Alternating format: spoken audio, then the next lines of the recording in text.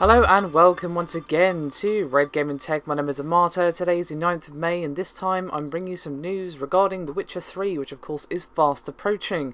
It is due in just over a week, so yeah.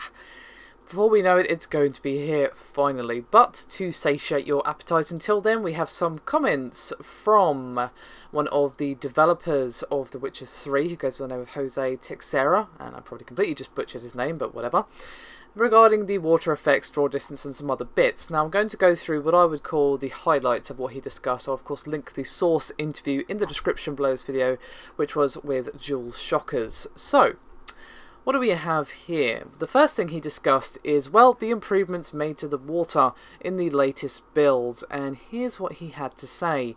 Quote, "The water is one of those things that could be worked on forever. This is one thing that our technical art director, awesome guy by the way, worked on extensively, adjusting the foam, the wave patterns, the reaction to the wind, so many things.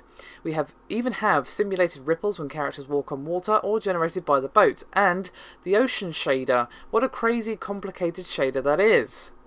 One of the latest tweaks was to add this colouring of the water as the ocean floor gets deeper. You go from transparent water to a very exotic turquoise tone, and finally to the dark blue tone in deeper waters. It looks super cool, especially in areas where the ocean floor is not too deep."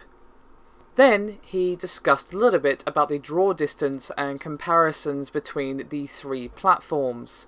And here's what he had to say, quote, "As far as I know, the draw distances are the same in every platform.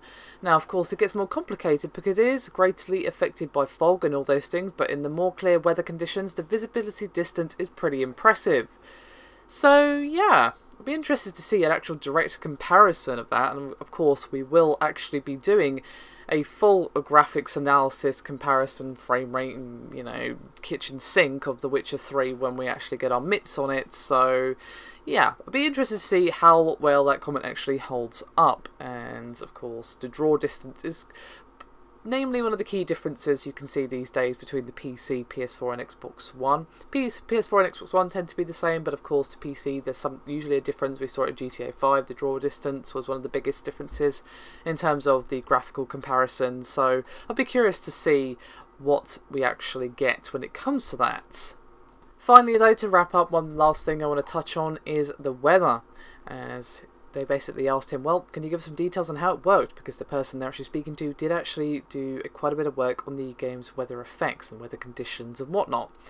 And what he said was, quote, I did work a lot, on the weather effects, not as much as I'd like to. I had a ton of other things to do. My intentions were very simple, to not use static textures and to have a bit more variety and movement to the sky. We came up with a system that generates certain weather conditions based on probabilities.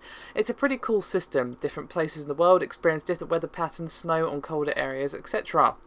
And then still on the same topic, but slightly later on in the interview, he discussed thunderstorms. Are there actually going to be thunderstorms, and can it actually strike the ground close to the player? And he said, quote, "Short answer, yes and yes. We do have thunderstorms. The majority of them you'll see far away, like in real life. However, there will be some occasions where you have lightning close to you, but only in some special moments for added drama."